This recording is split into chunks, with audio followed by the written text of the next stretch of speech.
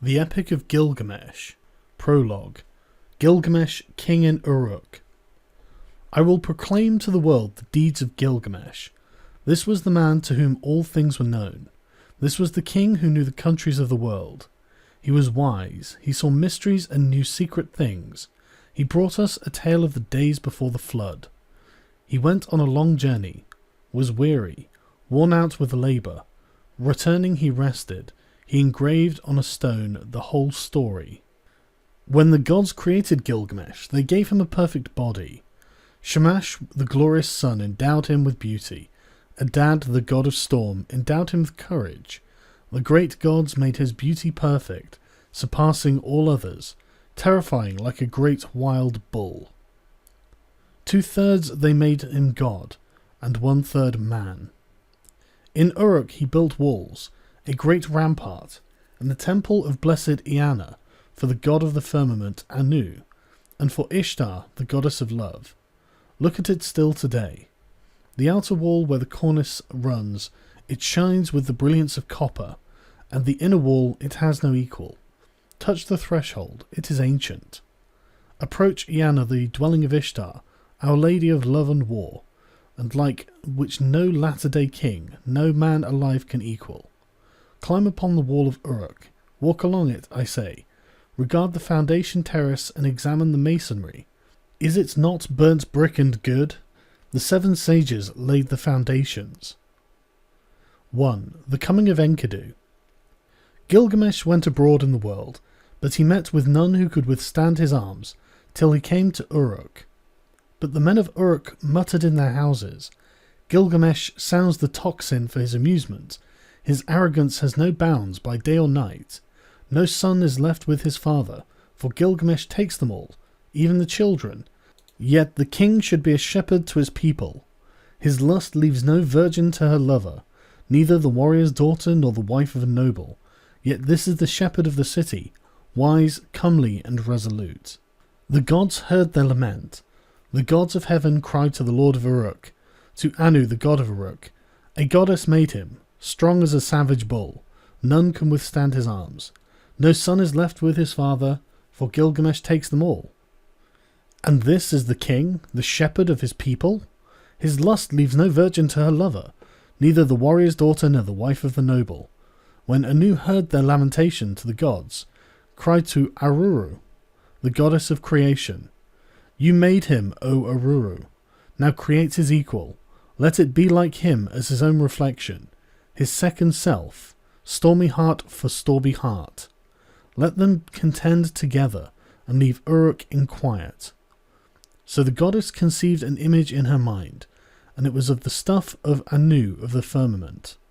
She dipped her hands in water, and pinched off clay. She let it fall in the wilderness, and the noble Enkidu was created. There was virtue in him of the god of war, of Ninurta himself. His body was rough. He had long hair like a woman's.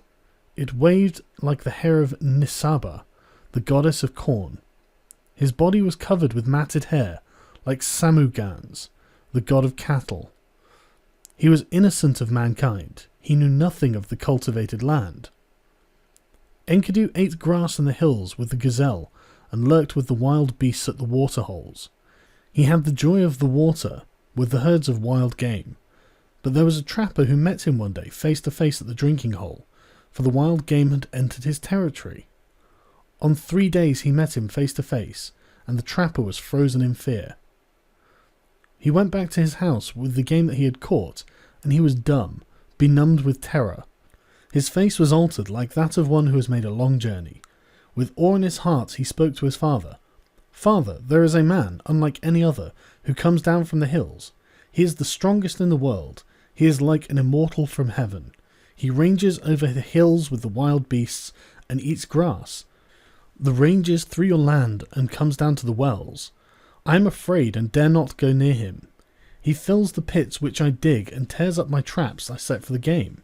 He helps the beasts to escape, and now they slip through my fingers. His father opened his mouth and said to the trapper, My son, in Uruk lives Gilgamesh. No one has ever prevailed against him. He is as strong as a star from heaven. Go to Uruk, Find Gilgamesh, extol the strength of this wild man. Ask him to give you a harlot, a wanton from the temple of love. Return with her, and let her woman's power overpower this man. When next he comes down to drink at the wells, she will be there, stripped naked, and when he sees her beckoning, he will embrace her, and then the wild beasts will reject him. So the trapper set out on his journey to Uruk, and addressed himself to Gilgamesh, saying, "A man unlike any other is now roaming in the pastures. He is as strong as a star from heaven, and I am afraid to approach him. He helps the wild game to escape. He fills my pits and pulls up my traps." Gilgamesh said, "Trapper, take back with you a harlot, a child of pleasure. At the drinking hole she will strip, and when he sees her beckoning he will embrace her, and the game of the wilderness will surely reject him." Now the trapper returned, taking the harlot with him. After a 3 days' journey they came to the drinking hole, and there they sat down. The harlot and the trapper sat, facing one another, and waited for the game to come. For the first day and the second day the two sat waiting, but on the third day the herds came. They came down to drink, and Enkidu was with them. The small wild creatures of the plains were glad of the water, and Enkidu with them, who ate the grass with the gazelle, and was born in the hills, and she saw him, the savage man, come from the far off in the hills. The trapper spoke to her, "There he is. Now, woman, make your breasts bare and have no shame. Do not delay but welcome his love. Let him see you naked, let him possess your body. When he comes near, uncover yourself and lie with him. Teach him, the savage man, your woman's art, for when he murmurs love to you, the wild beasts that shared his life in the hills will reject him." She was not ashamed to take him. She made herself naked and welcomed his eagerness. As he lay on her, murmuring love, she taught him the woman's art. For 6 days and 7 nights they lay together, for Enkidu had forgotten his home in the hills. But when he was satisfied, he went back to the wild beasts. Then, when the gazelle saw him, they bolted away. When the wild creatures saw him, they fled. Enkidu would have followed, but his body was bound as though with a cord. His knees gave way when he started to run. His swiftness was gone. And now the wild creatures had all fled away. Enkidu was grown weak, for wisdom was in him, and the thoughts of a man were in his heart. So he returned and sat down at the woman's feet, and listened intently to what she said. "You are wise, Enkidu, and now you have become like a god. Why do you want to run wild with the beasts of the hills? Come with me. I will take you to strong-walled Uruk, to the blessed temple of Ishtar and of Anu. Of love and of heaven there Gilgamesh lives, who is very strong, and like a wild bull he lords it over men." When she had spoken, Enkidu was pleased. He longed for a comrade, for one who could understand his heart. "Come, woman, and take me to that holy temple, to the house of Anu and Ishtar, and to the place where Gilgamesh lords it over the people. I will challenge him boldly. I will cry out aloud in Uruk, 'I am the strongest here. I have come to change the old order. I am he who was born in the hills. I am he who is strongest of all.' She said, 'Let us go. Let him see your face. I know very well where Gilgamesh is, in great Uruk. O Enkidu, there all the people are dressed in their gorgeous robes. Every day is holiday. The young men and girls are wonderful to see. How sweet they smell.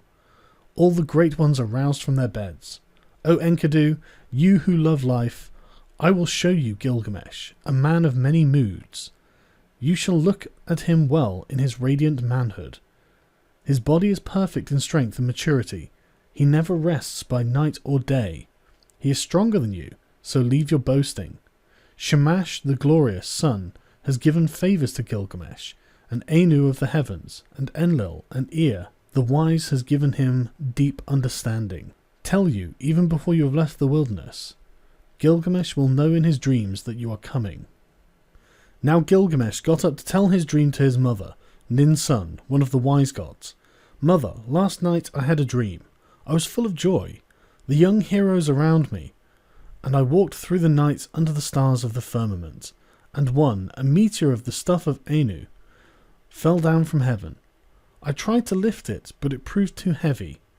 All of the people of Uruk came around to see it. The common people jostled and the nobles thronged to kiss its feet, and to me its attraction was like the love of a woman. They helped me. I braced my forehead, and I raised it with thongs, and I brought it to you, and you yourself pronounced it my brother. Then Ninsun, who was well beloved and wise, said to Gilgamesh, "This star of heaven, which descended like a meteor from the sky, which you tried to lift but found too heavy, when you tried to move it, it would not budge, and so you brought it to my feet. I made it for you, a golden spur, and you were drawn to it as though to a woman. This is the strong comrade, the one who brings help to his friend in need. He is the strongest of wild creatures, the stuff of Anu, born in the grasslands, and the wild hills reared him. When you see him, you will be glad. You will love him as a woman, and he will never forsake you. This is the meaning of the dream." Gilgamesh said, "Mother, I have dreamed a second dream. In the streets of strong-walled Uruk there lay an axe. The shape of it was strange, and the people thronged around. I saw it and was glad. I bent down, deeply drawn towards it. I loved it like a woman, and I wore it at my side." Ninsun answered, "That axe which you saw, which drew you so powerfully like the love of a woman, that is the comrade who I give to you. And he will come in his strength like one of the host of heaven. He is the brave companion who rescues his friend in necessity." Gilgamesh said to his mother, "A friend, a counsellor has come to me from Enlil, and now I shall befriend and counsel him." So Gilgamesh told his dreams, and the harlot retold them to Enkidu. And now she said to Enkidu, "When I look at you, you have become like a god. Why do you yearn to run wild again with the beasts in the hills? Get up from the ground, the bed of a shepherd." He listened to her words with care. It was good advice that she gave. She divided her clothing in two, and with one half she clothed him, and with the other herself, and holding his hand she led him like a child to the sheepfolds into the shepherds' tents. There all the shepherds crowded around to see him. They put down bread in front of him, but Enkidu could only suck the milk of wild animals. He fumbled and gaped, at a loss what to do or how he should eat the bread and drink the strong wine. Then the woman said, "Enkidu, eat bread, it is the stuff of life. Drink the wine, it is the custom of the land." So he ate till he was full, and drank strong wine, 7 goblets. He became merry, his heart exulted, and his face shone. He rubbed down the matted hair of his body, and anointed himself with oil. Enkidu had become a man, but when he had put on man's clothing, he appeared like a bridegroom. He took arms to hunt the lion, so that the shepherds could rest at night. He caught wolves and lions, and the herdsmen lay down in peace, for Enkidu was their watchman, that strong man who had no rival. He was merry living with the shepherds, till one day lifting his eyes he saw a man approaching. He said to the harlot, "Woman, fetch that man here. Why has he come? I wish to know his name." She went and called the man, saying, "Sir, where are you going on this weary journey?" The man answers, saying to Enkidu, "Gilgamesh has gone to the marriage house and shut out the people. He does strange things in Uruk, the city of great streets. At the roll of the drum, work begins for the men, and work for the women. Gilgamesh the king is about to celebrate marriage with the queen of love, and he still demands to be the first with the bride. The king to be first and the husband to follow, for that was ordained by the gods from his birth, from the time the umbilical cord was cut. But now the drums roll for the choice of the bride, and the city groans." At these words, Enkidu turned white in the face. "I will go to the place where Gilgamesh lords it over the people. I will challenge him boldly. I will cry aloud in Uruk. I have come to change the old order, for I am the strongest here." Now Enkidu strode in front, and the woman followed behind. He entered Uruk, that great market, and all the folk thronged around him, where he stood in the street in strong-willed Uruk. The people jostled. Speaking of him, they said, "He is the spit of Gilgamesh. He is shorter, he is bigger of bone. This is the one reared on the milk of the wild beasts. His is the greatest strength." The men rejoiced. Now Gilgamesh has met his match. This great one, this hero whose beauty is like a god. He is a match even for Gilgamesh. In Uruk the bridal bed was made, fit for the goddess of love. The bride waited for the bridegroom, but in the night Gilgamesh got up and came to the house. Then Enkidu stepped out. He stood in the street and blocked the way. Mighty Gilgamesh came on, and Enkidu met him at the gate. He put out his foot and prevented Gilgamesh from entering the house, so they grappled, holding each other like bulls. They broke the doorposts and the walls shook. They snorted like bulls locked together. They shattered the doorposts and the walls shook. Gilgamesh bent his knee with his foot planted on the ground, and with a turn Enkidu was thrown. Then immediately his fury died.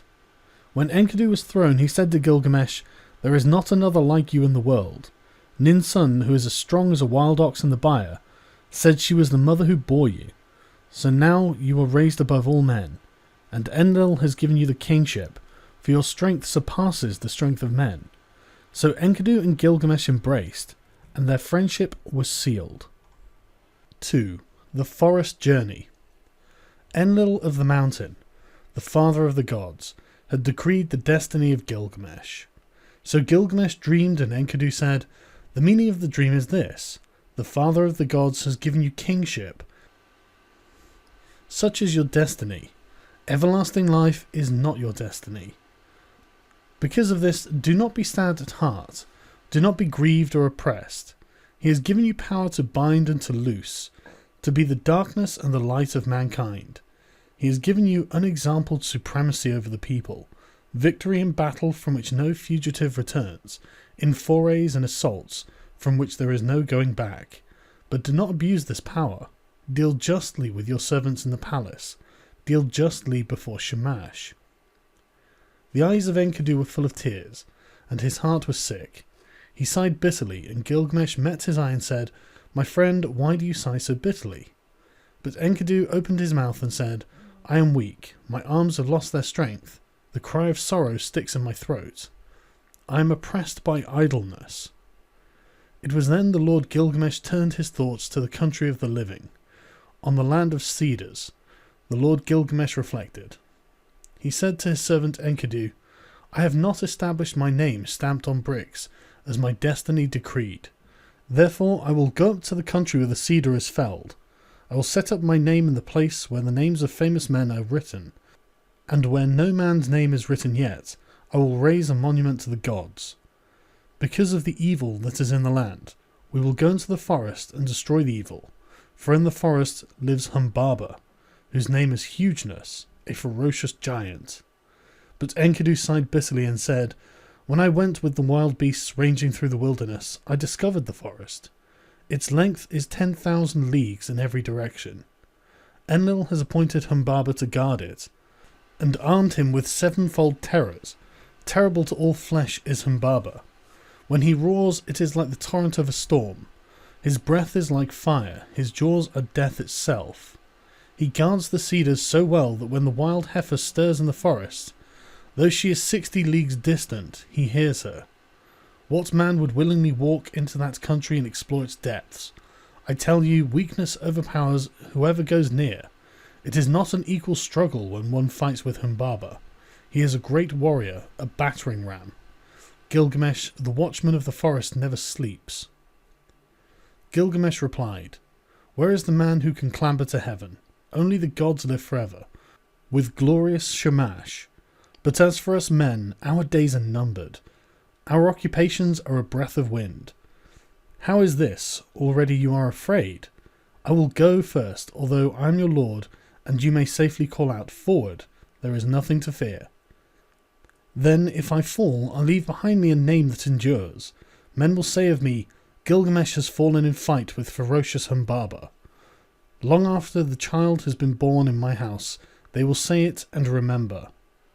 Enkidu spoke again to Gilgamesh. "O my lord, if you will enter that country, go first to the hero Shamash. Tell the sun god, for the land is his. The country where the cedar is cut belongs to Shamash." Gilgamesh took up a kid, white without spot, and a brown one with it, and held them against his breast. He carried them into the presence of the sun.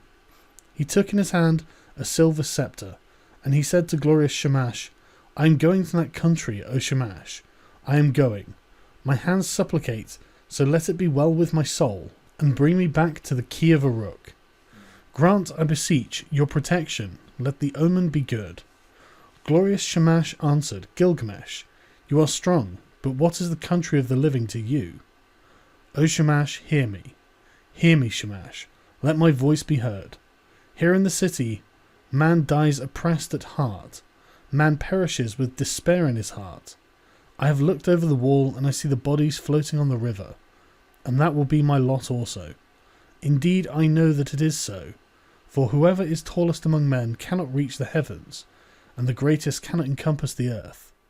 Therefore I would enter that country, because I have not established my name stamped on brick, as my destiny decreed. I will go to that country where the cedar is cut.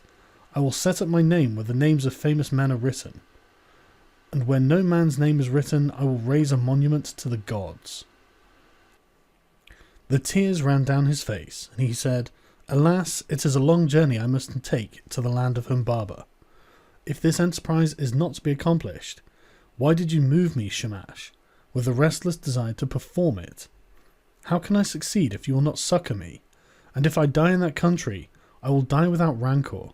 But if I return, I will make a glorious offering of gifts and of praise to Shamash.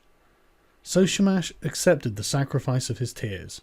Like the compassionate man, he showed him mercy. He appointed strong allies for Gilgamesh, sons of one mother, and stationed them in mountain caves. Great winds he appointed, the north wind, the whirlwind, the stone and the icy wind, the tempest and the scorching wind, like vipers, like dragons, like scorching fire, like a serpent that freezes the heart, a destroying flood and the lightning's fork. Such were they, and Gilgamesh rejoiced. He went to the forge and said, I will give orders to the armourers. They shall cast us our weapons while we watch them. So they gave orders to the armourers and craftsmen and sat down in conference. They went to the groves of the plain and cut willow and boxwood. They cast for them axes of 90 pounds, and great swords they cast with blades of 60 pounds each one, with pommels and hilts of 30 pounds. They cast for Gilgamesh the axe, might of heroes, and the bow of Anshan. And Gilgamesh was armed, and Enkidu, with the weight of the arms they carried, was 30 pounds. The people collected, and the councillors in the streets and in the marketplace of Uruk. They came to the gate of 7 bolts, and Gilgamesh spoke to them in the marketplace. I, Gilgamesh, go to see that creature of whom such things are spoken, the rumour of whose name fills the world. I will conquer him in his cedar wood, and show the strength of the sons of Uruk, and all the world shall know. I am committed to this enterprise, to climb the mountain, to cut down the cedar, to leave behind me an enduring name. The councillors of Uruk, the great market, answered him, Gilgamesh, you are young and your courage carries you far. You cannot know what this enterprise means, which you have planned. We have heard that Humbaba is not like men who die. His weapons are such that none can stand against them. The forest stretches for 10,000 leagues in every direction. Who would willingly go down to explore its depths? As for Humbaba, when he roars it is like the torrent of a storm. His breath is like fire, and his jaws are death itself. Why do you crave to do this thing, Gilgamesh? It is no equal struggle when one fights with Humbaba, that battering ram. When he heard these words of the councillors, Gilgamesh looked at his friend and laughed. How shall I answer them? Shall I say I am afraid of Humbaba? I will sit at home all the rest of my days? Then Gilgamesh opened his mouth again and said to Enkidu, My friend, let us go to the great palace, to Egalma, and stand before Ninsun the queen. Ninsun is wise with deep knowledge. She will give us counsel for the road that we must go. They took each other by the hand, and they went to Egalma. And they went to Ninsun the great queen. Gilgamesh approached. He entered the palace and spoke to Ninsun. Ninsun, will you listen to me? I have a long journey to go, to the land of Humbaba, and I must travel an unknown road and fight a strange battle. From the day I go until I return, till I reach the cedar forest and destroy the evil which Shamash abhors, pray for me to Shamash. Ninsun went into her room. She put on a dress becoming to her body. She put on jewels to make her breast beautiful. She placed a tiara on her head, and her skirts swept the ground. Then she went up to the altar of the sun. Standing upon the roof of the palace, she burnt incense and lifted her arms to Shamash as the smoke ascended. O Shamash, why do you give this restless heart to Gilgamesh, my son? Why did you give it? You have moved him, and now he sets out on a long journey to the land of Humbaba, to travel an unknown road and fight a strange battle. Therefore, from the day that he goes till the day he returns, until he reaches the cedar forest, until he kills Humbaba and destroys the evil thing which you, Shamash, abhor, do not forget him. But let the dawn, Aya, your dear bride, remind you always, and when the day is done, give him to the watchman of the night, to keep him from harm. Then Ninsun, the mother of Gilgamesh, extinguished the incense, and she called to Enkidu with this exhortation: Strong Enkidu, you are not the child of my body, but I will receive you as my adopted son. You are my other child, like the foundlings they bring to the temple. Serve Gilgamesh, and as a foundling serves the temple and priestesses who reared him, in the presence of my women, any votaries and hierophants, I declare it. She then placed the amulet for a pledge around his neck and said to him, I entrust my son to you. Bring him back to me safely. And now they brought to them the weapons. They put in their hands the great swords in their golden scabbards, and the bow and the quiver. Gilgamesh took the axe, he slung the quiver from his shoulder, and the bow of Anshan, and buckled the sword to his belt. So they were armed and ready for the journey. Now all the people came and pressed on them, and said, When will you return to the city? The councillors blessed Gilgamesh and warned him, Do not trust too much in your own strength. Be watchful, restrain your blows at first. The one who goes in front protects his companion. The good guide who knows the way guards his friend. Let Enkidu lead the way. He knows the road to the forest. He has seen Humbaba and is experienced in battles. Let him press first into the passes. Let him be watchful and look to himself. Let Enkidu protect his friend and guard his companion, and bring him safe through the pitfalls of the road. We, the councillors of Uruk, entrust our king to you, O Enkidu. Bring him back safely to us. Again to Gilgamesh they said, May Shamash give you your heart's desire. May he let you see with your eyes the thing accomplished which your lips have spoken. May he open a path for you where it is blocked, and a road for your feet to tread. May he open the mountains for your crossing, and may the night time bring you the blessings of night, and Lugal Banda, your guardian god, stand beside you for victory. May you have victory in battle, as though you fought with a child. Wash your feet in the river of Humbaba, to which you are journeying. In the evening dig a well, and let there always be pure water in your water skin. Offer cold water to Shamash, and do not forget Lugal Banda. Then Enkidu opened his mouth and said, Forward, there is nothing to fear. Follow me, for I know the place where Humbaba lives, and the paths where he walks. Let the councillors go back, that here is no cause for fear. When the councillors heard this, they sped the hero on his way. Go, Gilgamesh. May your guardian god protect you on the road and bring you safely back to the key of Uruk. After 20 leagues, they broke their fast. After another 30 leagues, they stopped for the night. 50 leagues they walked in one day, and in 3 days they had walked as much of a journey as a month and 2 weeks. They crossed 7 mountains before they came to the gates of the forest. Then Enkidu called out to Gilgamesh, Do not go down into the forest. When I opened the gate, my hand lost its strength. Gilgamesh answered him, Dear friend, do not speak like a coward. We have got the better of so many dangers and travelled so far, to turn back at last? You, who are tried in wars and battles, hold close to me now, and you will feel no fear of death. Keep beside me, and your weakness will pass. The trembling will leave your hand. Would my friend rather stay behind? No. We will go down together into the heart of the forest. Let your courage be roused by the battle to come. Forget death and follow me, a man resolute in action, but one who is not foolhardy. When two go together, each will protect himself and shield his companion, and if they fall, they leave an enduring name. Together they went down into the forest, and they came to the green mountain. There they stood still. They were struck dumb. They stood still and gazed at the forest. They saw the height of the cedar. They saw the way into the forest and the track where Humbaba used to walk. The way was broad, and the going was good. They gazed at the mountain of cedars, the dwelling place of the gods and the throne of Ishtar. The hugeness of the cedar rose in front of the mountain. Its shade was beautiful, full of comfort. Mountain and glade were green with brushwood. There Gilgamesh dug a well before the setting sun. He went up to the mountain and poured out fine meal on the ground and said, "O mountain, dwelling of the gods, bring me a favourable dream." Then they took each other by the hand and lay down to sleep, and sleep that follows from the night lapped over them. Gilgamesh dreamed, and at the midnight sleep he left him, and he told his dream to his friend. "Enkidu, what was it that woke me up if you did not? My friend, I have dreamed a dream. Get up and look at the mountain precipice. The sleep that the gods sent me is broken. Ah, my friend, what a dream I have had. Terror and confusion. I seized hold of a wild bull in the wilderness.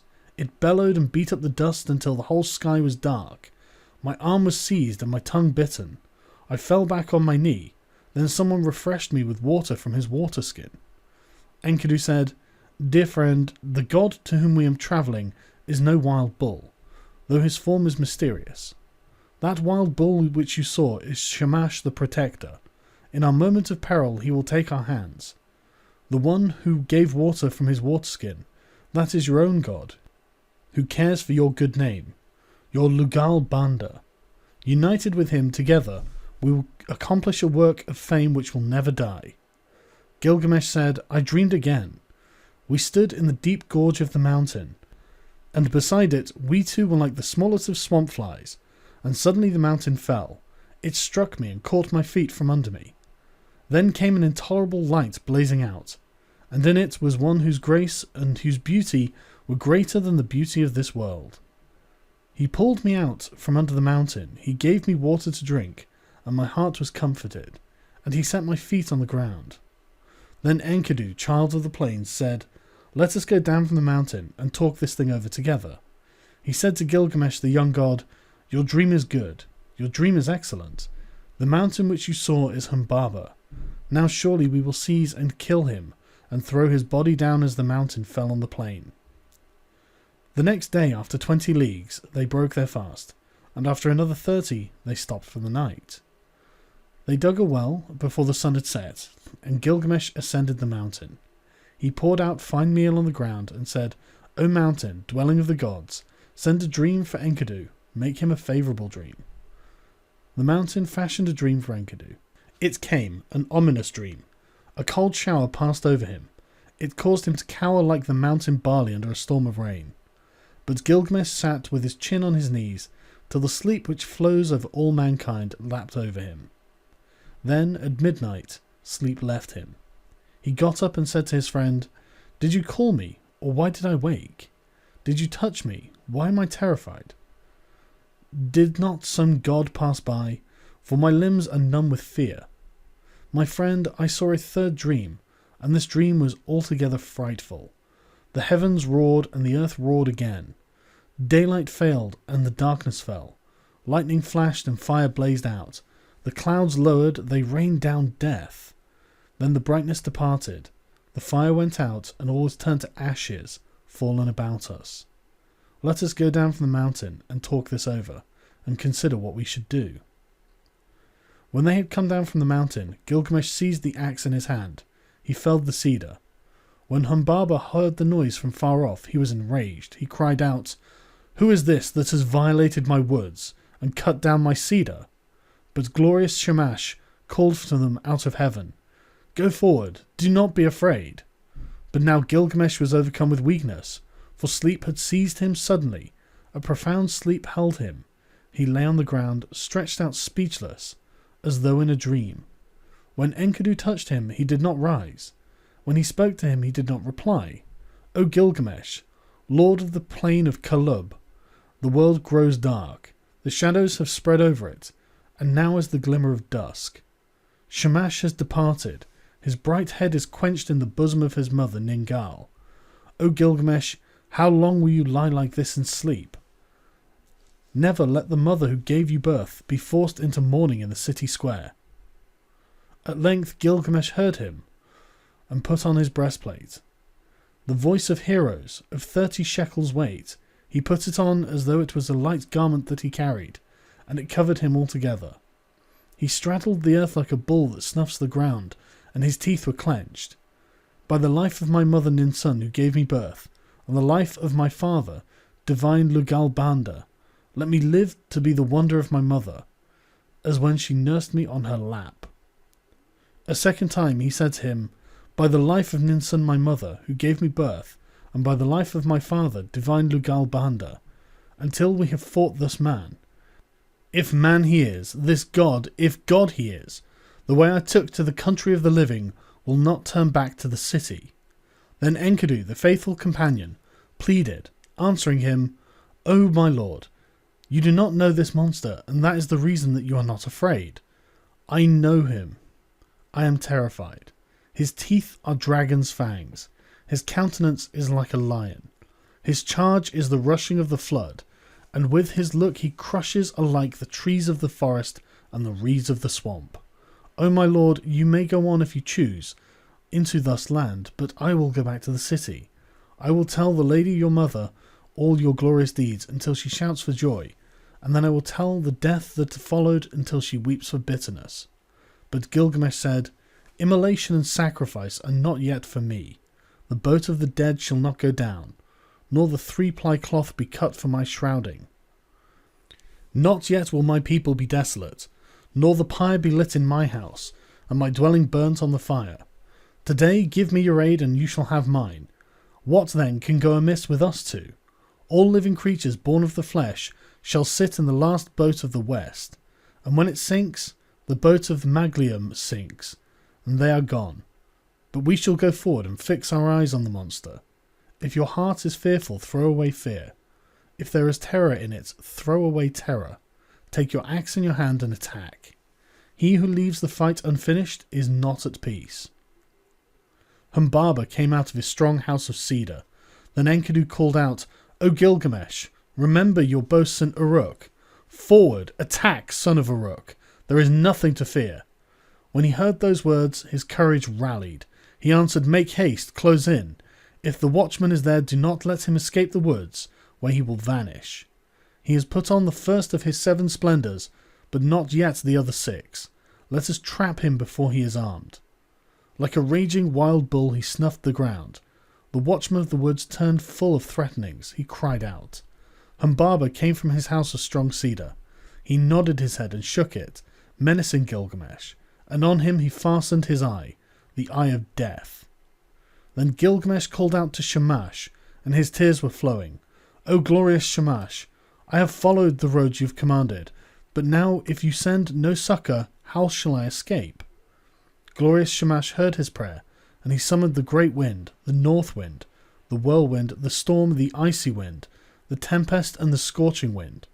They came like dragons, like a scorching fire, like a serpent that freezes the heart, a destroying flood and a lightning's fork.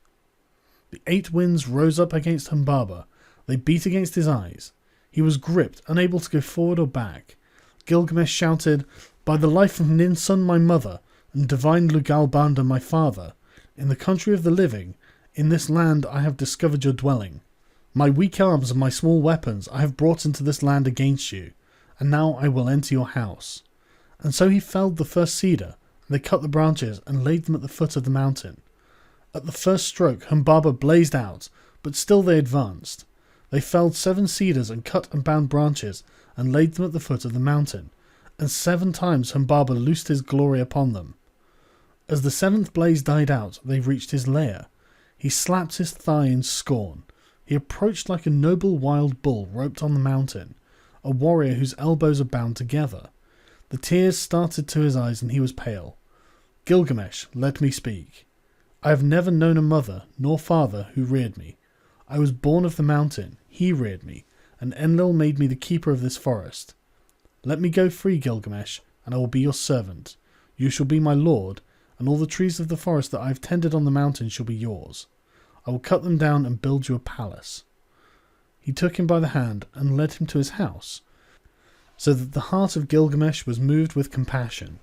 He swore by the heavenly life, by the earthly life, by the underworld itself, O Enkidu, should not the snared bird return to its nest? and the captive man return to his mother's arms?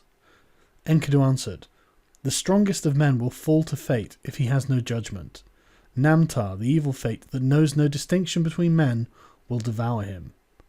If the snared bird returns to its nest, if the captive man returns to his mother's arms, then you, my friend, will never return to the city where the mother is waiting who gave you birth. He will bar the mountain road against you, and make all the pathways impassable. Humbaba said, Enkidu, what you have spoken is evil. You, a hireling, dependent for your bread. In envy and for fear of a rival you have spoken evil words. Enkidu said, do not listen, Gilgamesh. This Humbaba must die. Kill Humbaba first and his servants after. But Gilgamesh said, if we touch him, the blaze and the glory of the light will be put out in confusion. The glory and glamour will vanish. Its rays will be quenched. Enkidu said to Gilgamesh, not so, my friend. First entrap the bird. And where shall the chicks run then? Afterwards we can search out the glory and the glamour, when the chicks run distracted through the grass. Gilgamesh listened to the word of his companion. He took the axe in his hand, he drew the sword from his belt, and he struck Humbaba with the thrust of the sword to the neck. And Enkidu, his comrade, struck the second blow. At the third blow, Humbaba fell. Then there followed confusion, for this was the guardian of the forest, whom they had felled to the ground. For as far as 2 leagues the cedars shivered. When Enkidu felled the watcher of the forest, he at whose voice Hermon and Lebanon used to tremble. Now the mountains were moved and all the hills, for the guardian of the forest was killed. They attacked the cedars, the 7 splendours of Humbaba were extinguished. So they pressed on to the forest, bearing the sword of 8 talents. They uncovered the sacred dwellings of the Anunnaki. And while Gilgamesh felled the first of the trees of the forest, Enkidu cleared the roots, as far as the banks of the Euphrates. They set Humbaba before the gods, before Enlil. They kissed the ground and dropped the shroud, and set the head before him. When he saw the head of Humbaba, Enlil raged at them. Why did you do this thing? From henceforth may the fire be on your faces. May it eat the bread that you eat, may it drink where you drink. Then Enlil took again the blaze and the 7 splendours that had been Humbaba's. He gave the first to the river, and he gave to the lion, to the stone of execration, to the mountain, and to the dreaded daughter of the queen of hell. O Gilgamesh, king and conqueror of the dreadful blaze, wild bull who plunders the mountain, who crosses the sea, glory to him, and from the brave the greater glory is Enki's. 3. Ishtar and Gilgamesh and the death of Enkidu. Gilgamesh washed out his long locks and cleaned his weapons. He flung his hair back from his shoulders. He threw off his stained clothes and changed them for new. He put on his royal robes and made them fast. When Gilgamesh had put on the crown, glorious Ishtar lifted her eyes, seeing the beauty of Gilgamesh. She said, "Come to me, Gilgamesh, and be my bridegroom. Grant me the seed of your body. Let me be your bride, and you shall be my husband. I will harness for you a chariot of lapis lazuli and of gold, and with wheels of gold and horns of copper, and you shall have mighty demons of the storm for draught mules. When you enter our house in the fragrance of cedarwood, threshold and throne will kiss your feet. Kings, rulers, and princes will bow down before you. They shall bring you tribute from the mountains and the plain. Your ewes shall drop twins, and your goats triplets. Your pack-ass shall outrun mules. Your oxen shall have no rivals, and your chariot horses shall be famous far off for their swiftness." Gilgamesh opened his mouth, and glorious Ishtar, "If I take you in marriage, what gifts can I give in return? What ointments and clothing for your body? I would gladly give you bread, and all sorts of food fit for a god. I would give you wine to drink, fit for a queen. I would pour out barley to stuff your granary. But as for making you my wife, that I will not. How would it go with me? Your lovers have found you like a brazier which smoulders in the cold, a back door which neither keeps out a squall of wind nor storm, a castle which crushes the garrison, pitch that blackens the bearer, a waterskin that chafes the carrier, a stone which falls from the parapet, a battering ram turned back from the enemy, a sandal that trips the wearer. Which of your lovers did you ever love forever? What shepherd of yours has pleased you for all time? Listen to me while I tell the tale of your lovers. There was Tammuz, the lover of your youth. For him you decreed wailing year after year. You loved the many-coloured roller, but still you struck and broke his wing. Now in the grove he sits and cries, Cappy, Cappy, my wing, my wing. You have loved the lion, tremendous in strength. 7 pits you dug for him, and 7. You loved the magnificent stallion in battle, and for him you decreed the whip and spur and a thong, to gallop 7 leagues by force and to muddy the water before he drinks. And for his mother Silili, lamentations. You have loved the shepherd of the flock. He made meal cake for you day after day. He killed kids for your sake. You struck and turned him into a wolf. Now his own herd boys chase him away. His own hounds worry his flanks. And did you not love Ishalanu, the gardener of your father's palm grove? He brought you baskets filled with dates without end. Every day he loaded your table. And you turned your eyes on him and said, Dearest Ishalanu, come here, let's enjoy your manhood. Come forward and take me, I am yours. Ishalanu answered, What are you asking from me? My mother has baked, and I have eaten. Why should I come to such as you for food that is tainted and rotten? For when was a screen of rushes sufficient protection from frosts? But when you had heard this answer, you struck him. He was changed to a blind mole deep in the earth, one whose desire is always beyond reach. And if you and I should be lovers, should not I be served in the same fashion as all of these others whom you have once loved? When Ishtar heard this, she fell into a bitter rage. She went up into high heaven. Her tears poured down in front of her father Anu and Antum her mother. She said, Father, Gilgamesh has heaped insults on me. He has told all over my abominable behaviour, my foul and hideous acts. Anu opened his mouth and said, Are you a father of gods? Did you not quarrel with Gilgamesh the king? So now he has related your abominable behaviour, your foul and hideous acts? Ishtar opened her mouth and said again, My father, give me the bull of heaven to destroy Gilgamesh. Fill Gilgamesh, I say, with arrogance to his destruction. But if you refuse to give me the bull of heaven, I will break in the doors of hell and smash the bolts, and there will be confusion of people, those above with those from the lower depths. I shall bring up the dead to eat the food like the living, and the hosts of the dead will outnumber the living. Anu said to great Ishtar, If I do what you desire there will be 7 years of drought throughout Uruk, when corn will be seedless husks. Have you saved grain enough for the people and grass for the cattle? Ishtar replied, I have saved grain for the people and grass for the cattle. For 7 years of seedless husks there is grain and grass enough. When Anu heard what Ishtar had said, he gave her the bull of heaven to lead by the halter down to Uruk. When they reached the gates of Uruk, the bull went into the river, and with his first snort, cracks opened in the earth, and 100 young men fell down to death. With his second snort, cracks opened, and 200 fell down to death. And with his third snort, cracks opened. Enkidu doubled over, but instantly recovered. He dodged aside and leapt on the bull, and seized it by the horns. The bull of heaven foamed in his face. It brushed him with the thick of its tail. Enkidu cried to Gilgamesh, My friend, we boasted that we would leave enduring names behind us. Now thrust your sword between the nape and the horns. So Gilgamesh followed the bull. He seized the thick of its tail. He thrust the sword between the nape and the horns and slew the bull. When they had killed the bull of heaven, they cut out its heart and gave it to Shamash, and the brothers rested. But Ishtar rose tip and mounted the great wall of Uruk. She sprang on the tower and uttered a curse. Woe to Gilgamesh, for he has scorned me in killing the bull of heaven.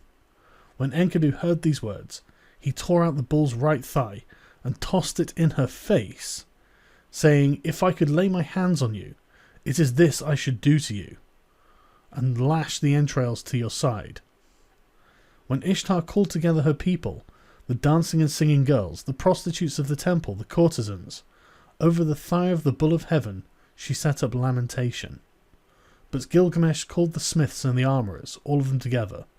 They admired the immensity of the horns. They were plated with lapis lazuli, 2 fingers thick. They were 30 pounds each in weight, and their capacity in oil was 6 measures, which he gave to his guardian god, Lugalbanda. But he carried the horns into the palace, and hung them on the wall. There they washed their hands in the Euphrates. They embraced each other and went away.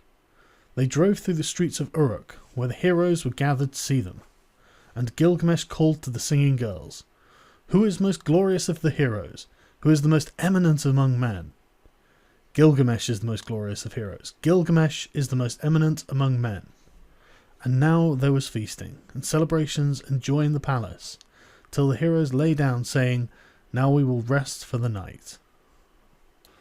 When the daylight came, Enkidu got up and cried to Gilgamesh, "O my brother, such a dream I had last night." Anu, Enlil, Ea, and heavenly Shamash took counsel together, and Anu said to Enlil, "Because they have killed the bull of heaven, and because they have killed Humbaba, who guarded the cedar mountain, one of the two must die." Then glorious Shamash answered the hero Enlil, "It was by your command that they killed the bull of heaven, and killed Humbaba, and must Enkidu die, although innocent?" Enlil flung around in rage at glorious Shamash. "You dare to say this, you who went about them every day like one of themselves." So Enkidu lay stretched out before Gilgamesh.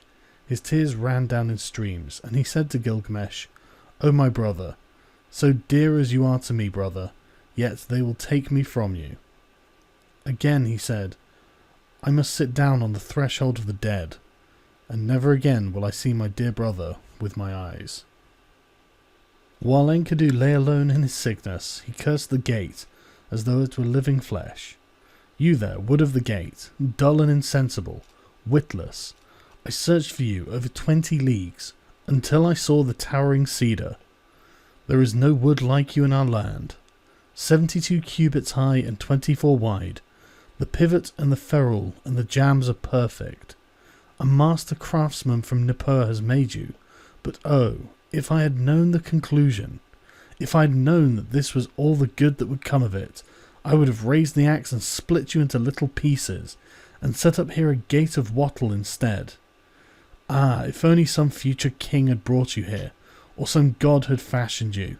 Let him obliterate my name, and write his own, and curse the fall on him instead of Enkidu." With the brightening of the dawn, Enkidu raised his head and wept before the sun god.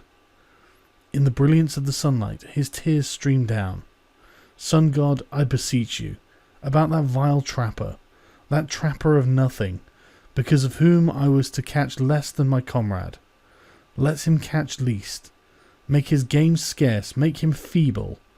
Taking the smaller of every share, let his quarry escape from the nets." When he had cursed the trapper to his heart's content, he turned on the harlot. He was roused to curse her also. "As for you, woman, with a great curse I curse you. I will promise you a destiny to all eternity. My curse shall come upon you soon and sudden, for you shall be without a roof for your commerce, for you shall not keep house with other girls in the tavern, but do your business in places fouled by the vomit of the drunkard. Your hire will be the potter's earth, your thievings will be flung into the hovel. You will sit at the crossroads in the dust of the potter's quarter. You will make your bed on the dunghill at night, and by day take your stand in the wall's shadow. Brambles and thorns will tear at your feet. The drunk and the dry will strike your cheek, and your mouth will ache. Let you be stripped of your purple dyes, for I too once in the wilderness with my wife had all of the treasure I wished." When Shamash heard these words of Enkidu, he called to him from heaven, "Enkidu, why are you cursing the woman, the mistress who taught you to eat bread fit for gods, and drink wine of kings? She who put upon you a magnificent garment, did she not give you the glorious Gilgamesh for your companion? And has not Gilgamesh, your own brother, made you rest on a royal bed and recline on a couch at his left hand? He has made the princes of the earth kiss your feet, and now all the people of Uruk lament and wail over you. When you are dead, He will let his hair grow long for your sake. He will wear a lion's pelt and wander through the desert. When Enkidu heard glorious Shamash, his angry heart grew quiet. He called back the curse and said, "Woman, I promise you another destiny. The mouth which cursed you shall bless you. Kings, princes, and nobles shall adore you. On your account, a man, though 12 miles off, will clap his hand to his thigh, and his hair will twitch. For you he will undo his belt and open his treasure, and you shall have your desire, lapis lazuli, gold, and carnelian, from the heap in the treasury. A ring for your hand and a robe shall be yours. The priest will lead you into the presence of the gods. On your account, a wife, a mother of 7, was forsaken. As Enkidu slept alone in his sickness, in bitterness of spirit, he poured his heart out to his friend. It was I who cut down the cedar, who levelled the forest, who slew Humbaba, and now see what has become of me. Listen, my friend, this is the dream I dreamed last night. The heavens roared and the earth rumbled back in answer. Between them stood I before an awful being, a sombre-faced man-bird. He had directed me on his purpose. His was a vampire face, his foot was a lion's foot, and his hand was an eagle's talon. He fell on me, and his claws were in my hair. He held me fast, and I smothered. He then transformed me, so that my arms became wings covered with feathers. He turned his stare towards me, and he led me away to the palace of Urkala, the Queen of Darkness, to the house from which none who enters ever returns, down the road from which there is no coming back. There is the house whose people sit in darkness. Dust is their food and clay their meat. They are clothed like birds. With wings for covering they see no light, they sit in darkness. I entered the house of dust, and I saw the kings of the earth put their crowns away forever. Rulers and princes, all those who once wore kingly crowns and ruled the earth in the days of old. They who stood in the place of gods like Anu and Enlil stood now like servants to fetch baked meat in the house of dust, to carry cooked meat and cold water from the waterskin. In the house of dust, which I entered, were high priests and acolytes, priests of the incantation and of ecstasy, and there were servers of the temple, and there was Etana, that king of Dish, whom the eagle carried to heaven in the days of old. I also saw Samukuan, god of cattle, and there was Ereshkigal, the queen of the underworld, and Befit Sheri squatted in front of her, she who is recorder of the gods and keeps the book of death. She held a tablet from which she read. She raised her head and she saw me and spoke. Who has brought this one here? Then I awoke like a man drained of blood who wanders alone in a waste of rashes, like one whom the bailiff has seized and his heart pounds with terror. Gilgamesh peeled off his clothes as he listened to his words and wept quick tears. Gilgamesh listened and his tears flowed. He opened his mouth and spoke to Enkidu. Who is there in strong world Uruk who has wisdom like this? Strange things have been spoken. Why does your heart speak so strangely? The dream was marvellous, but the terror was great. We must treasure the dream, whatever the terror, for the dream has shown that misery comes at last to the healthy man, and the end of life is sorrow. And Gilgamesh lamented. Now I will pray to the great gods, for my friend had an ominous dream. This day on which Enkidu dreamed came to an end, and he lay stricken with sickness. One whole day he lay on his bed, and his suffering increased. He said to Gilgamesh, the friend on whose account he had left the wilderness, once I ran for you, for the water of life, and now I have nothing. A second day he lay on his bed, and Gilgamesh watched over him, but the sickness increased. A third day he lay on his bed. He called out to Gilgamesh, rousing him up. Now he was weak, and his eyes were blind with weeping. 10 days he lay, and his suffering increased. 11 and 12 days he lay on his bed of pain. Then he called to Gilgamesh, my friend, the great goddess cursed me, and I must die in shame. I shall not die like a man fallen in battle. I feared to fall, but happy is the man who falls in battle, for I must die in shame. And Gilgamesh wept over Enkidu. With the first light of dawn, he raised his voice and said to the councillors of Uruk, "Hear me, great ones of Uruk. I weep for Enkidu, my friend. Bitterly moaning like a woman mourning, I weep for my brother.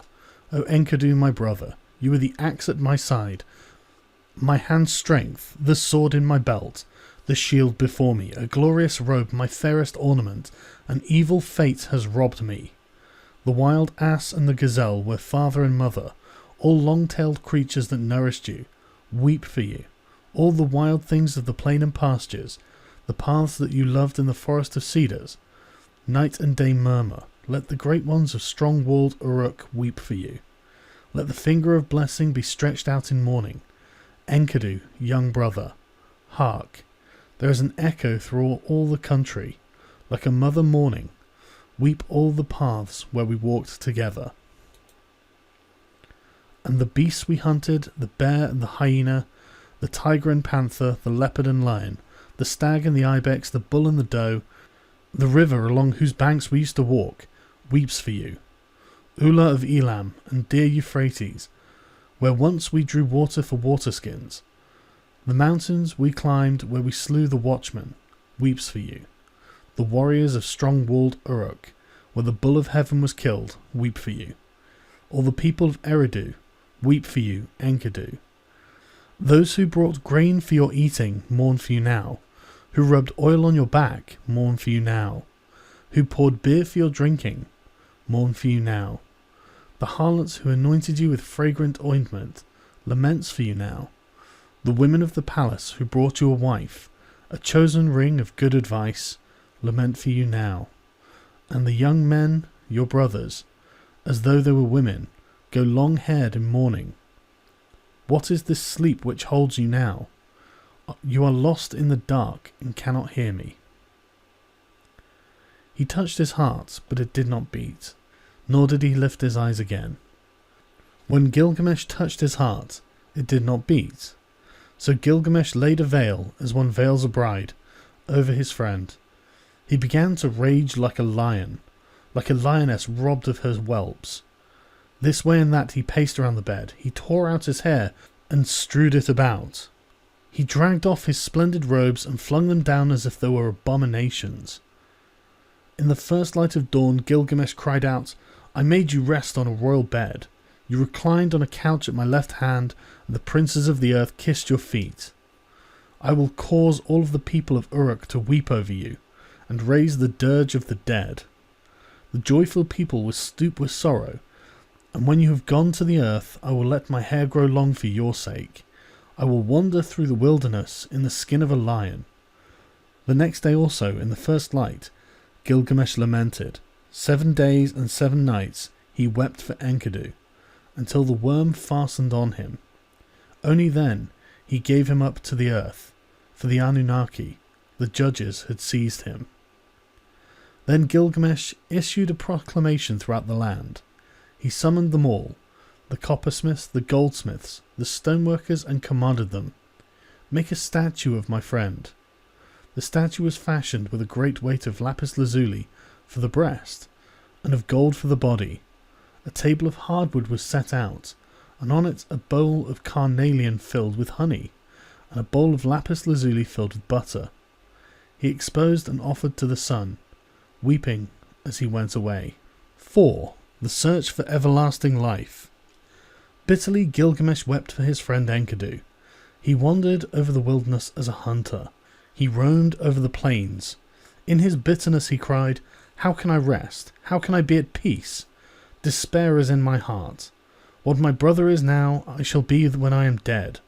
Because I am afraid of death, I will go as best I can to find Utnapishtim, whom they call the Far Away, for he has entered the assemblies of the gods." So Gilgamesh travelled over the wilderness.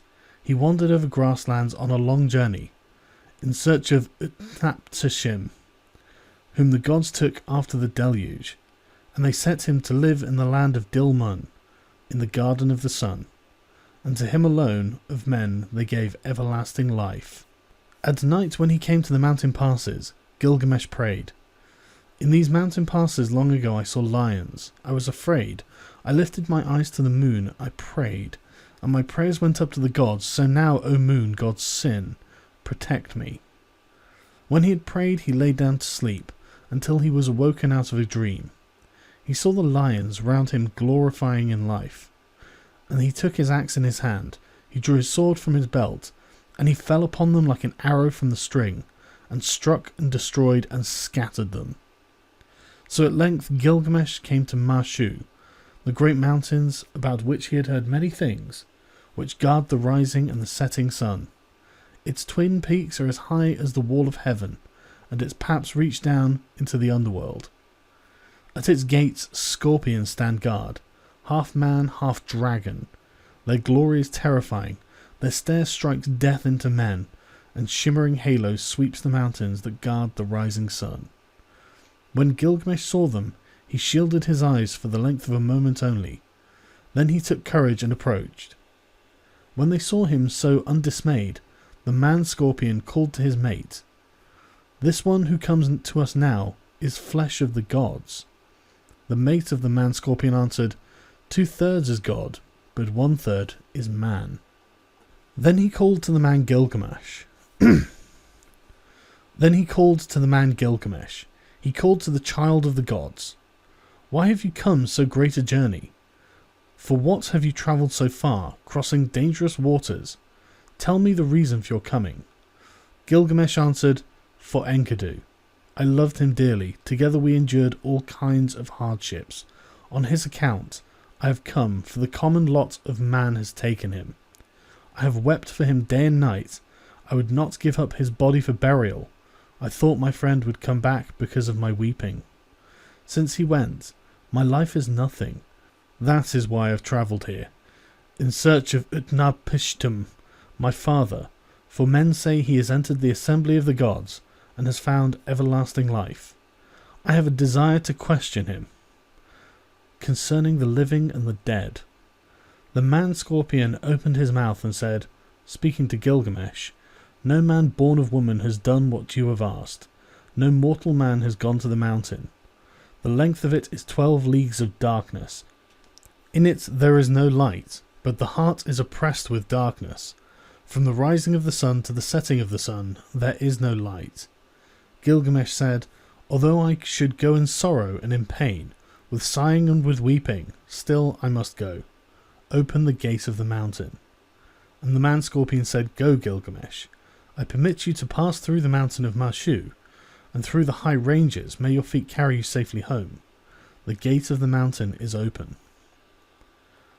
When Gilgamesh heard this, he did as the man-scorpion had said. He followed the sun's road to his rising, through the mountain. When he had gone 1 league, the darkness became thick around him, for there was no light. He could see nothing ahead and nothing behind him. After 2 leagues, the darkness was thick, and there was no light. He could see nothing ahead and nothing behind him. After 3 leagues, the darkness was thick, and there was no light. He could see nothing ahead and nothing behind him. After 4 leagues, the darkness was thick, and there was no light.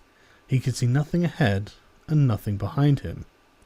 At the end of 5 leagues, the darkness was thick, and there was no light. He could see nothing ahead and nothing behind him. At the end of 6 leagues, the darkness was thick, and there was no light. He could see nothing ahead and nothing behind him. When he had gone 7 leagues, the darkness was thick, and there was no light. He could see nothing ahead and nothing behind him.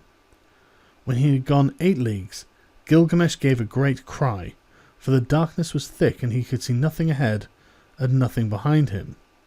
After 9 leagues, he felt the north wind on his face, but the darkness was thick, and there was no light. He could see nothing ahead and nothing behind him. After 10 leagues, the end was near. After 11 leagues, the dawn light appeared. At the end of 12 leagues, the sun streamed out. There was the garden of the gods. All round him stood bushes bearing gems. Seeing it, he went down at once, for there was fruit of carnelian with the vine hanging from it, beautiful to look at. Lapis lazuli leaves hung thick with fruit. sweet to see. For thorns and thistles there were hematite and rare stones, agate and pearls from out of the sea. While Gilgamesh walked in the garden by the edge of the sea, Shamash saw him, and he saw that he was dressed in the skins of animals and ate their flesh. He was distressed, and he spoke and said, "No mortal man has gone this way before, nor will, as long as the winds drive over the sea." And to Gilgamesh he said, "You will never find the life for which you are searching." Gilgamesh said to glorious Shamash, "Now that I have toiled and strayed so far over the wilderness, am I to sleep and let the earth cover my head forever? Let my eyes see the sun until they are dazzled with looking. Although I am no better than a dead man, still let me see the light of the sun." Beside the sea she lives, the woman of the vine, the maker of wine. Siduri sits in the garden at the edge of the sea, with the golden bowl and the golden vats that the gods gave her.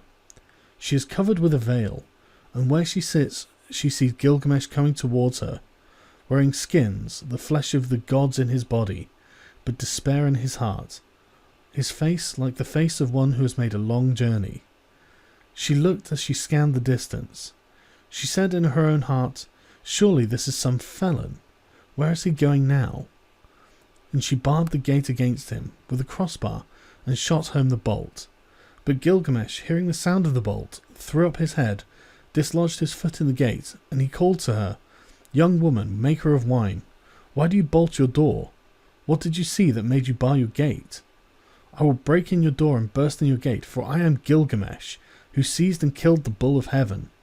I killed the watchman of the cedar forest. I overthrew Humbaba, who lived in the forest, and I killed the lions of the passes of the mountain." Then Siduri said to him, "If you are that Gilgamesh who seized and killed the bull of heaven, who killed the watchman of the cedar forest, who overthrew Humbaba that lived in the forest, and killed the lions of the passes of the mountain, why are your cheeks so starved, and why is your face so drawn? Why is despair in your heart, and your face like one of the face of one who has made a long journey? Yes, why is your face burned from heat and cold? Why do you come here wandering over the pastures in search of the wind?" Gilgamesh answered her, "And why should not my cheeks be starved and my face drawn? Despair is in my heart, and my face is the face of one who has made a long journey. It was burned with heat and with cold. Why should I not wander over the pastures in search of the wind? My friend, my younger brother, he who hunted the wild ass of the wilderness and the panther of the plains, nay friend, my younger brother, who seized and killed the bull of heaven, and overthrew Humbaba in the cedar forest, my friend who was very dear to me, and who endured dangers beside me, Enkidu, my brother, whom I loved, the end of mortality has overtaken him. I wept for him for 7 days and nights, till the worm fastened on him. Because of my brother I am afraid of death. Because of my brother I stray through the wilderness and cannot rest. But now, young woman, maker of wine, since I have seen your face, do not let me see the face of death, which I dread so much." She answered, "Gilgamesh, where are you hurrying to? You will never find that life for which you are looking. When the gods created man, they allotted to him death, but life they retained for their own keeping. As for you, Gilgamesh, fill your belly with good things, day and night and day. Dance and be merry, feast and rejoice. Let your clothes be fresh, bathe yourself in water, cherish the little child that holds your hand, and make your wife happy in your embrace. This too is the lot of man." But Gilgamesh said to Siduri, the young woman, "How can I be silent? How can I rest, when Enkidu, whom I love, is dust, and I too shall die and be laid in the earth? You live by the seashore, and look into the heart of it, young woman. Tell me now, which is the way to Utnapishtim, the son of Ubaratutu? What directions are there for passage? Give me, oh give me directions. I will cross the ocean if it's possible. If it is not, I will wander still farther in the wilderness." The winemaker said to him, "Gilgamesh, there is no crossing the ocean. Whoever has come since the days of old has not been able to pass that sea. The sun in his glory crosses the ocean, but who besides Shamash has ever crossed it? The place and the passage are difficult, and the waters of death are deep, which flow between. Gilgamesh, how will you cross the ocean? When you have come to the waters of death, what will you do? But Gilgamesh, down in the woods you will find Urshanabi, the ferryman of Utnapishtim. With him are the holy things, the things of stone. He is fashioning the serpent prow of the boat. Look at him well, and if it's possible, perhaps you will cross the waters with him. But if it's not possible, then you must go back. When Gilgamesh heard this, he was seized with anger. He took his axe in his hand, his dagger from his belt. He crept forward, and he fell on them like a javelin. Then he went into the forest and sat down. Urshanabi saw the dagger flash and heard the axe, and he beat his head, for Gilgamesh had shattered the tackle of the boat in his rage. Urshanabi said to him, "Tell me, what is your name?" "I am Urshanabi, the ferryman of Utnapishtim, the far away." He replied to him, "Gilgamesh is my name. I am from Uruk, from the house of Anu." Then Urshanabi said to him, "Why are your cheeks so starved, and your face drawn? Why is despair in your heart, and your face like the face of one who has made a long journey? Yes, why is your face burned with heat and with cold? And why do you come here wandering over the pastures, in search of the wind?" Gilgamesh said to him, "Why should my cheeks not be starved, and my face drawn? Despair is in my heart, and my face is the face of the one who has made a long journey. I was burned with heat and cold. Why should I not wander over the pastures?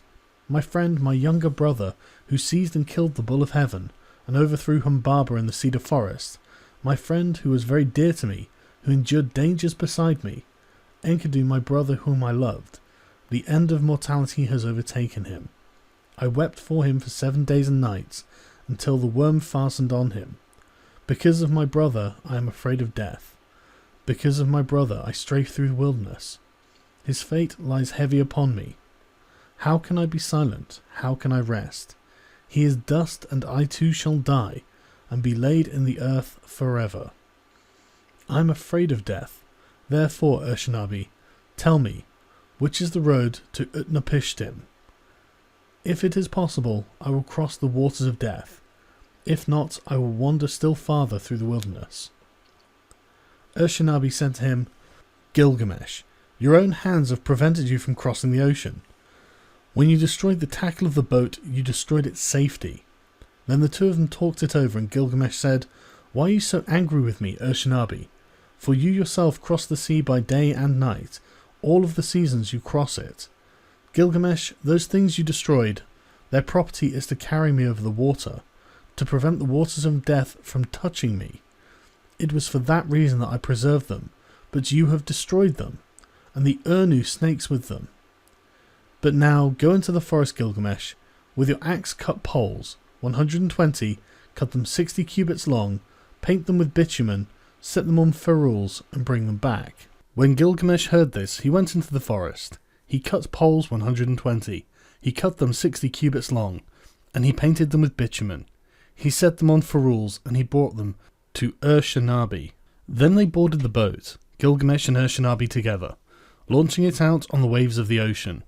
For 3 days they ran on it, as were a journey of a month and 15 days, and at last Urshanabi brought the boats to the waters of death.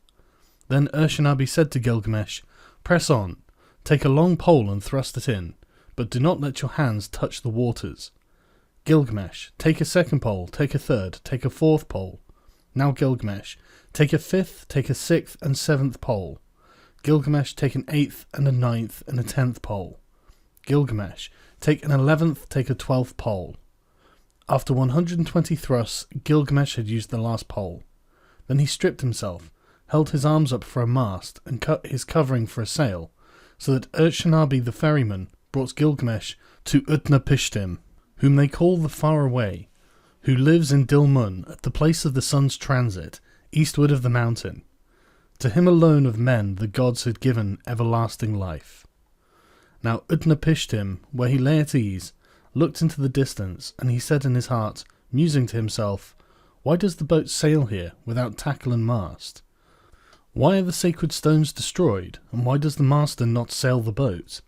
The man who comes is none of mine. Where I look, I see a man whose body is covered with the skins of beasts. Who is this who walks up the shore behind Urshanabi? For surely he is no man of mine."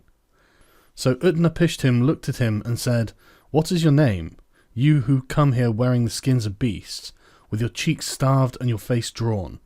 Where are you hurrying to now? For what reason have you made this great journey, crossing the seas whose passage is difficult? Tell me the reason for your coming." He replied, "Gilgamesh is my name. I am from Uruk, from the house of Anu." Then Utnapishtim said to him, "If you are Gilgamesh, why are your cheeks so starved and your face drawn? Why is despair in your heart and your face like the face of one who has made a long journey? Yes, why is your face burned with heat and cold? Why do you come here wandering over the wilderness in search of the wind?" Gilgamesh said to him, "Why should my cheeks not be starved and my face drawn? Despair is in my heart, and my face is the face of one who has made a long journey. It was burned with heat and cold. Why should I not wander over the pastures?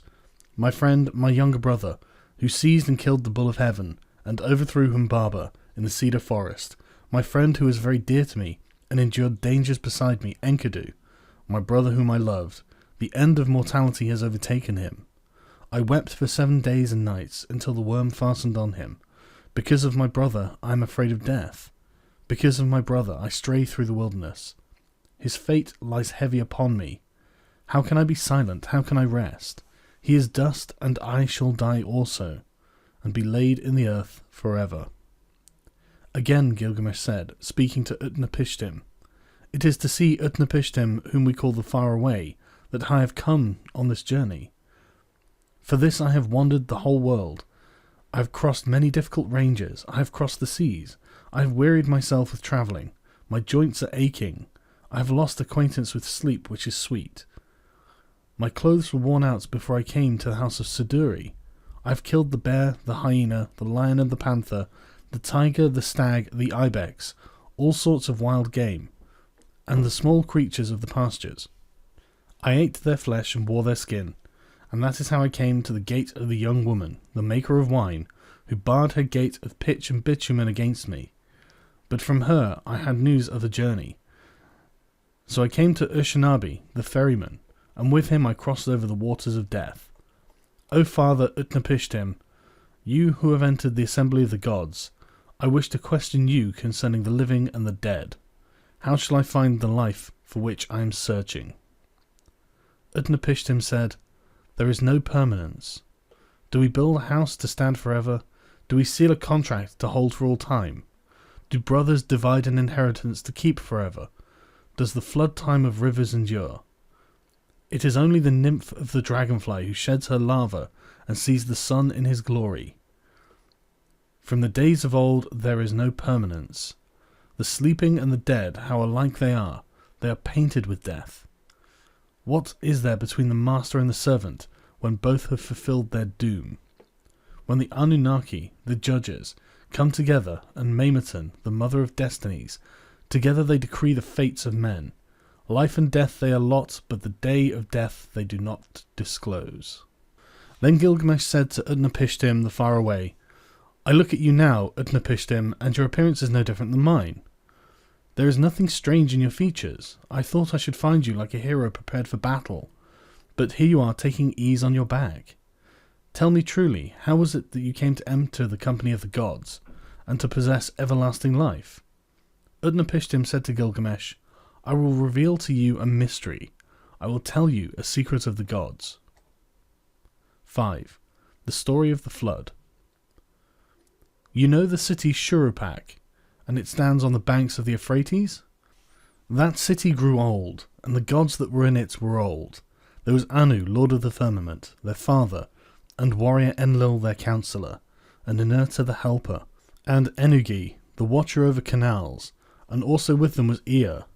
In those days the world teemed, the people multiplied, and the world bellowed like a wild bull. And the great god was aroused by the clamour. Enlil heard the clamour, and he said to the gods in the council, "The uproar of mankind is intolerable, and sleep is no longer possible by reason of the babel." So the gods agreed to exterminate mankind. Enlil did this, but Ea, because of his oath, warned me in a dream. He whispered their words to my house of reeds. Reed house, O wall. Hearken, reed house. Wall reflect, O man of Shurupak, son of Ubar-Tutu. Tear down your house and build a boat. Abandon possessions and look for life. Despise worldly goods and save your soul alive. Tear down your house, I say, and build a boat. These are the measurements of the bark, as you shall build her. Let hex beam equal her length. Let her deck be roofed like the vault that covers the abyss. Then take up to the boat the seed of all living creatures. When I had understood, I said to my lord, Behold, what you have commanded I will honour and perform. But how shall I answer the people, the city, the elders? Then Ea opened his mouth and said to me, his servant, Tell them this, I have learnt that Enlil is wrathful against me. I dare no longer walk in his land nor live in his city. I will go down to the gulf to dwell with Ea my lord. But on you he will rain down abundance, rare fish and shy wildfowl, and a rich harvest tide. In the evening the rider of the storm will bring you wheat in torrents. In the first light of dawn all my household gathered around me. The children brought pitch, and the men whatever was necessary. On the 5th day I laid the keel and the ribs, and then I made fast the planking. The ground space was 1 acre. Each side of the deck measured 120 cubits, making a square. I built 6 decks below, 7 in all. I divided them into 9 sections, with bulkheads between. I drove in wedges where needed. I saw to the punt poles, and laid in supplies. The carriers brought oil in baskets. I poured pitch into the furnace, and asphalt and oil. More oil was consumed in the caulking, and again the master of the boat took into his stores. I slaughtered bullocks for the people, and every day I killed sheep. I gave to the shipwrights wine to drink, although it were river water, raw wine and red wine and oil and white wine. There was feasting as then, as there is at the time of the New Year's festival. I anointed my head. On the 7th day the boat was complete. Then was the launching, full of difficulty. There was a shifting of ballast above and below, until 2/3 was submerged. I loaded into her all that I had, of gold and of living things, my family, my kin, the beast of the field, both wild and tame, all the craftsmen. I sent them on board, for the time that Shamash had ordained was already fulfilled, when he said, In the evening, when the rider of the storm sends down the destroying rain, enter the boat and batten her down. The time was fulfilled, the evening came, the rider of the storm sent down the rain. I looked out at the weather, and it was terrible, so I too boarded the boat and battened her down. All was now complete, the battening and caulking, so I handed the tiller to Pazur Amuri, the steersman, with the navigation and the care of the whole boat. With the first light of dawn a black cloud came upon the horizon. It thundered within where Adad, lord of the storm, was rising. In front of the hill and plain, Shalat and Hanish, heralds of the storm, led on. Then the gods of the abyss rose up. Nergal pulled out the dams of the nether waters. Ninurta, the warlord, threw down the dikes, and the 7 judges of hell, the Anunnaki, raised their torches, lighting the land with their livid flame.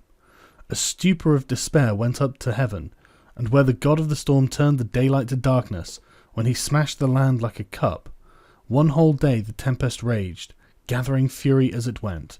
It poured over the people like the tides of battle. A man could not see his brother, nor the people be seen from heaven. Even the gods were terrified at the flood. They fled to the highest heaven, the firmament of Anu. They crouched against the walls, cowering like curs. Then Ishtar, the sweet-voiced queen of heaven, cried out like a woman in travail. Alas, the days of old are turned to dust, because I commanded evil. Why did I command thus evil, in council of all the gods? I commanded wars to destroy the people, but they are not my people, for I brought them forth. Now like the spawn of fish they float in the ocean. The great gods of heaven and hell wept. They covered their mouths. For 6 days and 6 nights the wind blew. Torrent and tempest and flood overwhelmed the world. Tempest and flood raged together like warring hosts. When the 7th day dawned, the storm from the south subsided, and the sea grew calm, and the flood was stilled. I looked into the face of the world, and there was silence. All mankind was turned to clay. The surface of the sea stretched flat as a rooftop. I opened a hatch, and light fell on my face. Then I bowed low, I sat down, and I wept. The tears streamed down my face, for on every side was the waste of water. I looked for land in vain. But 14 leagues distant there appeared a mountain, and there the boat grounded. On the mountain of Nicaea the boat held fast. She held fast, but did not budge. One day she held, a second day on the mountain of Nicaea she held fast, and did not budge. A third day, and a fourth day she held fast on the mountain, and did not budge. A fifth day, a sixth day she held fast on the mountain. When the seventh day dawned, I loosed a dove, and let her go. She flew away, but finding no resting place, she returned. Then I loosed a swallow, and she flew away, but finding no resting place, she returned. I loosed a raven. She saw that the waters had retreated. She ate and flew around. She cawed, and she did not come back. Then I threw everything open to the four winds. I made a sacrifice, and poured out a libation on the mountain top. 7 and again 7 cauldrons I set up on their stands. I heaped up wood like cane and cedar and myrtle. When the gods smelled the sweet savour, they gathered like flies over the sacrifice. Then at last Ishtar also came. She lifted her necklace with the jewels of heaven that once Anu had made to please her. O you gods are present, by the lapis lazuli around my neck. I shall remember these days as I remember the jewels of my throat. These last days I shall not forget. Let all the gods gather round the sacrifice, except Enlil. He shall not approach this offering, for without reflection he brought the flood. He consigned my people to destruction. When Enlil had come, when he saw the boat, he was wrath and swelled with anger at the gods, the host of heaven. Has any of these mortals escaped? Not one was to have survived the destruction. Then the god of wells and canals, Ninurta, opened his mouth and said to the warrior Enlil, Who is there in the gods that can devise without Ea? It is Ea alone who knows all things. Then Ea opened his mouth and spoke to the warrior Enlil. Wisest of gods, hero Enlil, how could you so senselessly bring down the flood? Lay upon the sinner his sin, lay upon the transgressor his transgression. Punish him a little when he breaks loose. Do not drive him too hard, or he perishes. Would that a lion had ravaged mankind, rather than the flood. Would that a wolf had ravaged mankind, rather than the flood. Would that a famine had wasted the world, rather than the flood. Would that pestilence had wasted mankind, rather than the flood. It was not I that revealed the secrets of the gods. The wise man learned it in a dream. Now take your counsel, and what shall be done with him? Then Enlil went up to the boat. He took me by the hand, and my wife made us enter the boat and kneel down on either side, he standing between us. He touched our foreheads to bless us, saying, In time past, Utnapishtim was a mortal man. Henceforth he and his wife shall live in the distance at the mouth of the rivers. Thus it was the gods took me and placed me here to live in the distance at the mouth of the rivers. 6. The Return.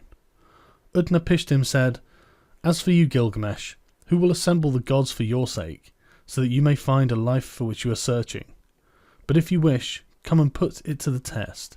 Only prevail against sleep for 6 days and 7 nights. But while Gilgamesh sat there resting on his haunches, a mist of sleep, like soft wool, teased from the fleece, drifted over him. And Utnapishtim said to his wife, Look at him now, the strong man who would have everlasting life. Even now the mists of sleep are drifting over him. His wife replied, Touch the man to wake him, so that he may return to his own land in peace, going back through the gate by which he came. Utnapishtim said to his wife, All men are deceivers. Even you he will attempt to deceive. Therefore bake loaves of bread, each day 1 loaf, and put it beside his head, and make a mark on the wall for the number of days that he has slept. So she baked loaves of bread, each day 1 loaf, and put it beside his head, and she marked on the wall the days that he had slept. And there came a day when the first loaf was hard, the second loaf was like leather, the third was soggy, the crust of the fourth had mould, and the fifth was mildewed, the sixth was fresh, and the 7th was still on the embers. Then Utnapishtim touched him, and he woke. Gilgamesh said to Utnapishtim the faraway, I hardly slept when you touched and roused me. But Utnapishtim said, Count these loaves, and learn how many days that you slept. For your first is hard, your second is like leather, the third is soggy, and the crust of your fourth has mould, your fifth has mildewed, the 6th is fresh, and the 7th is still over on the glowing embers, when I touched and awoke you." Gilgamesh said, "What shall I do, O Utnapishtim? Where shall I go? Already the thief in the night has hold of my limbs. Death inhabits my room. Wherever my foot rests, there I find death." Then Utnapishtim spoke to Ushabti the ferryman. "Woe to you, Ushabti! Now and forevermore you have become hateful to this harbourage. It is not for you, nor for you are the crossings of the sea. Go now, banished from the shore. But this man before whom you have walked, bringing him here, whose body is covered with foulness and the grace of whose limb has been spoiled by wild skins, take him to the washing place. There he shall wash his long hair clean, as snow in the water. He shall then throw off his skins, and let the sea carry them away, and the beauty of his body shall be shown. The fillet on his forehead shall be renewed, and he shall be given clothes to cover his nakedness. Till he reaches his own city and his journey is accomplished, these clothes will show no sign of age, they will wear like a new garment." So Ushabti took Gilgamesh and led him to the washing place. He washed his long hair as clean as snow in the water. He threw off his skins which the sea carried away, and he showed the beauty of his body. He renewed the fillet on his head, and to cover his nakedness gave him clothes which would show no sign of age, but would wear like a new garment until he reached his own city, and his journey was accomplished. Then Gilgamesh and Ushabti launched the boat onto the water and boarded it, and they made ready to sail away. But the wife of Utnapishtim, the faraway, said to him, "Gilgamesh came here wearied out. He is worn out. What will you give to him to carry back to his own country?" So Utnapishtim spoke, and Gilgamesh took a pole and brought the boat to the bank. "Gilgamesh, you came here a man wearied out. You have worn yourself out. What shall I give you to carry back to your own country?" "Gilgamesh, I shall reveal a secret thing. It is a mystery of the gods, and I am telling you that there is a plant that grows under the water. It has a prickle like a thorn, like a rose. It will wound your hands, but if you succeed in taking it, then your hands will hold that which restores lost youth to a man." When Gilgamesh heard this, he opened the sluices so that sweet water currents might carry him out to the deepest channel. He tied heavy stones to his feet, and they dragged him down to the waterbed. There he saw the plants growing. Although it pricked him, he took it in his hands. Then he cut the heavy stones from his feet, and the sea carried him and threw him on the shore. Gilgamesh said to Ushabti the ferryman, "Come here and see this marvellous plant. By its virtue a man may win back all his former strength. I will take it to Uruk of the strong walls, and there I will give it to old men to eat. Its name shall be, The Old Men Are Young Again, and at last I shall eat it myself and have back all of my lost youth." So Gilgamesh returned by the gate through which he had come. Gilgamesh and Ushabti went together. They travelled their 20 leagues, then they broke their fast. After 30 leagues, they stopped for the night. Gilgamesh saw a well of cool water, and he went down and bathed. But deep in the pool there was lying a serpent, and the serpent sensed the sweetness of the flower. It rose out of the water and snatched it away, and immediately sloughed off its skin and returned to the well. Then Gilgamesh sat down and wept. Tears ran down his face, and he took the hand of Ushabti. "O Ushabti, was it for this that I toiled with my hands? Is it for this that I have wrung out my heart's blood? For on myself I have gained nothing, for the beast of the earth has joy of it now. Already the stream has carried it 20 leagues back to the channels where I found it. I found a sign, and now I have lost it.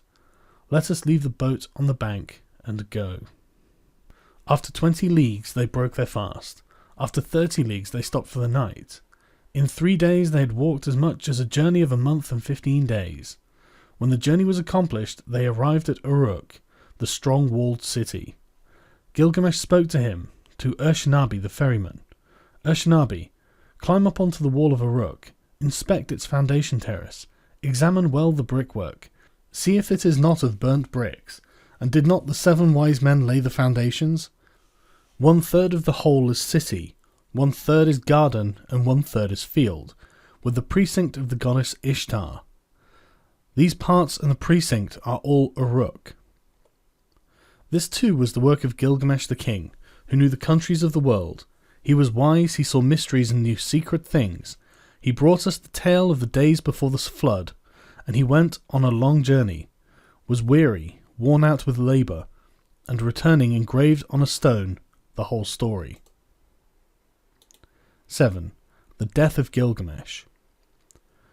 The destiny was fulfilled, which the father of the gods, Enlil, of the mountain, had decreed for Gilgamesh. In nether earth the darkness will show him a light. Of mankind all that are known, none will leave a monument for generations to come to compare with his. The heroes, the wise men, like the new moon have their waxing and waning. Men will say, who has ever ruled with might and power like him? As in the dark month, the month of shadows, so without him there is no light. O Gilgamesh, this was the meaning of your dream. You were given the kingship, such was your destiny. Everlasting life was not your destiny. Because of this, do not be sad at heart.